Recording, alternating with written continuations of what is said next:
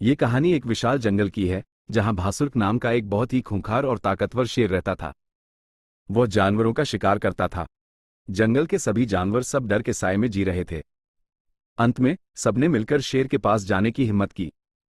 उन्होंने शेर से कहा, महाराज, आप रोज इतने जानवरों को मार देते हैं। अगर ऐसा ही चला तो एक दिन जंगल खाली हो जाएगा और आप भूखे मर जाएंगे। हम वादा करते हैं कि रोज एक जानवर खुद आपके पास भोजन बनकर आएगा। उस दिन के बाद एक एक करके सभी जानवर उसके पास जाते और शेर उन्हें खा जाता।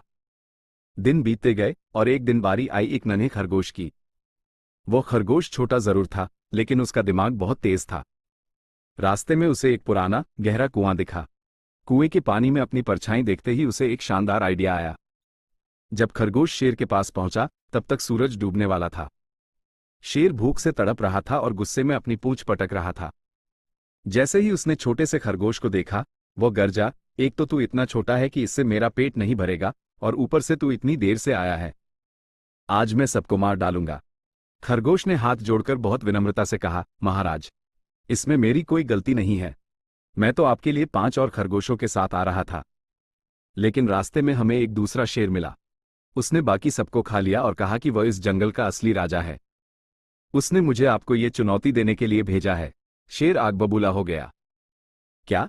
दूसरा शेर? इस जंगल का राजा सिर्फ मैं हूं। मुझे अभी उसके पास ले चलो।